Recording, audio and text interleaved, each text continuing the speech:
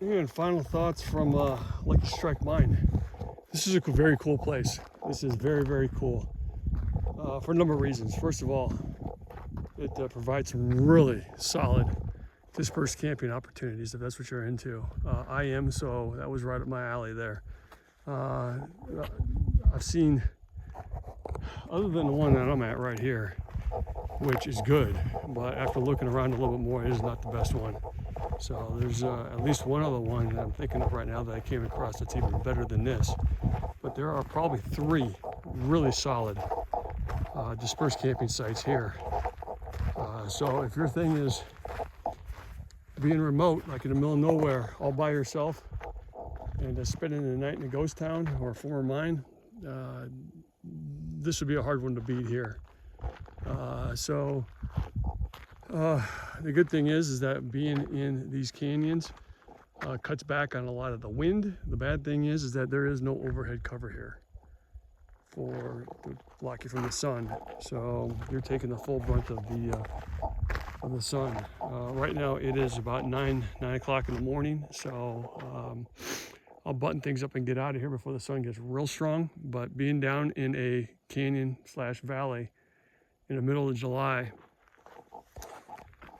in Utah can make for some pretty harsh conditions. And if I can minimize how rough it gets, I do. So I get my work done early and get the hell out of here. So, but I'm just doing another pan around basically the backdrop right now to Lucky Strike Mine. So we did, just for reference, we were up here on this ridge line, or on this ridge, and we looked at several openings up there. And then if you look over, just over the top of my Jeep, around that bend was that second ridge line where we found more openings, one of which was accessible.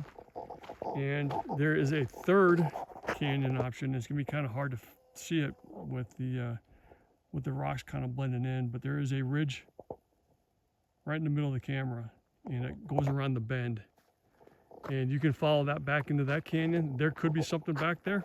Maybe, maybe not, I don't know. I didn't go back there.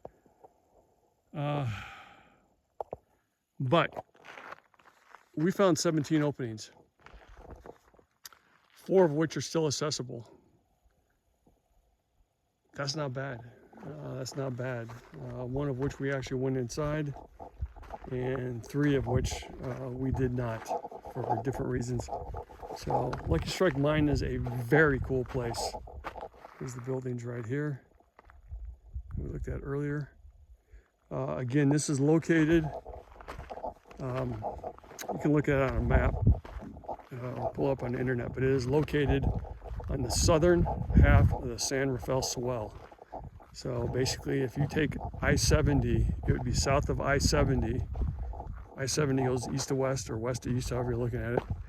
And it's south of there. And within the swell itself, it's buried back in here pretty good. So I think it's about 25 to 35 miles back into the swell by the time that you get done going down all the weird trails. And straight line distance, I don't know, but as far as mileage on a vehicle goes, it's about 25 or 35 miles. Paired up with the Swasey Cabin. Swasey Cabin is probably about, it's not that far mileage wise, but because of the trails, it takes a while. But since you're out here anyway, doing both. Swasey Cabin, I mean, you saw everything there was about that. And if you can find that Joe's office and Joe's Icebox, leave a comment. Let me know what that's all about. So I did a little more poking around yesterday before I left, and I couldn't find it. I found some pretty cool things, but I don't think I found those.